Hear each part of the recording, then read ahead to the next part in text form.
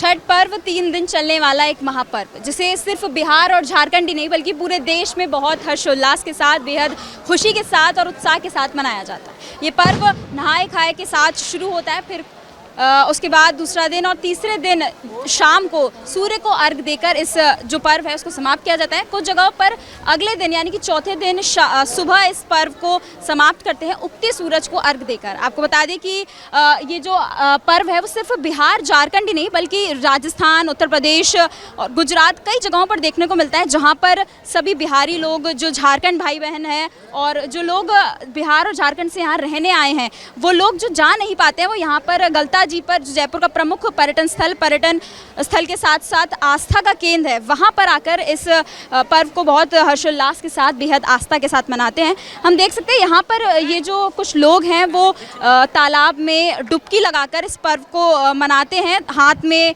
दिया, हाथ में फल फ्रूट माला, इस तरह की चीज़ें हाथ में लेते हैं और फिर पूजा करते हैं, अर्चना करते हैं। इसी के साथ जो प्रमुख खाने की व्यंजन हैं उनको भी बनाया जाता है, जैसे कि हम सभी ने सुना है बिहार के ठेकुए बड़े फेमस हैं, तो लोग उनको भी बनाकर लाते हैं, उनका प्रसाद लगाया जाता है। पूड़ियाँ होती हैं, उसमें फल होते हैं, उसमें फ्रूट होते हैं, उसमें दिया होता है, तेल से जलने वाला दिया होता है और इसके अलावा लोग उसमें फल फ्रूट के साथ साथ लेकर आते हैं बहुत सारे दिए। तो हम यहाँ पे मौजूद और भी लोगों से बात करना चाहेंगे। सर, कहाँ से आए हैं आप? बिहार से आए हैं। किस तरह से पर्व मनाया जाता है, कुछ बताइए हमारे दर्शकों को। हमें तो नहीं पता है जी मैम, कहाँ से आई हैं आप? I am from Bihar. Bihar से आई जी हाँ, मैं यहाँ पे रहती हूँ। तो ये पर्व किस तरीके से मनाया जाता है, कुछ दर्शकों को प्लीज़ बताइए हमारे। एक्चुअली क्या है, ये 4-5 दिनों का पर्व होता है। पहले तो नहाई खाई से स्टार्ट होता है, देन खरना पूजा और उसके बाद से होता है हमारा जो ये सांझ का अर्घ होता है, फिर सुबह का अर्घ होता है। तो और ये हमारा धार्मिक पर्व है, इसका सबसे ज़्यादा मान्यता है बिहार, यूपी और झारखंड में।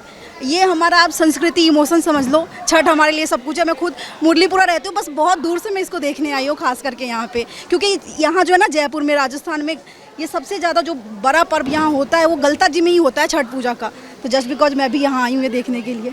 तो मैम यहाँ पे क्या व्रत रखा जाता है, किस तरीके से, कितने दिन का व्रत होता है? ये पूरे 36 आवर्स का ये व्रत होता है, 36 घंटों का, जो हमारी माताएं रखती हैं। अभी तो मैं नहीं कर रही, इन फ्यूचर मुझे भी करना ही होगा। अभी मेरी मम्मी रखती है, सासू माँ रखती है।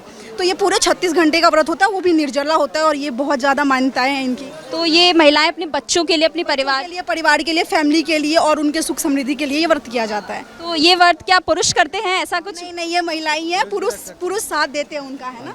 हाँ, ये मेरे हस्बैंड है, पुरुष साथ दे सकते हैं इसमें। अच्छा, इसमें महिलाएं और पुरुष दोनों ही इस व्रत को रखते हैं। और कुछ खास खाने के व्यंजन जो इस मौके पर?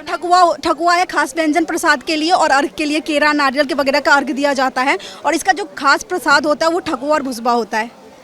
ठकुआ और बुसबा, तो इस तरह की कुछ दो चीज़ें बिहार और झारखंड में बनाई जाती हैं, जिनका प्रमुख तौर पर इस मौके पर जो प्रसाद है वो लगाया जाता है। तो ये थी छठ पूजा और उसके महत्व। जयपुर सिर्फ बिहार और झारखंड ही नहीं बल्कि जयपुर में भी बेहद हर्षोल्लास के साथ इस त्यौहार को मनाया जा रहा है। बड़ी दूर दूर से लोग, जयपुर के अलग अलग कोनों से जो लोग इस व्रत को नहीं कर रहे हैं वो भी इस पूजा पाठ को देखने के लिए यहाँ पर आए हैं। बेहद सुंदर सज कर महिलाएँ यहाँ पर आई हैं। खासतौर पर ये व्रत जो है वो अपने बच्चों के लिए रखा जाता है, लेकिन महिलाएं सिर्फ देखने के लिए और त्यौहार को मनाने भी आती हैं।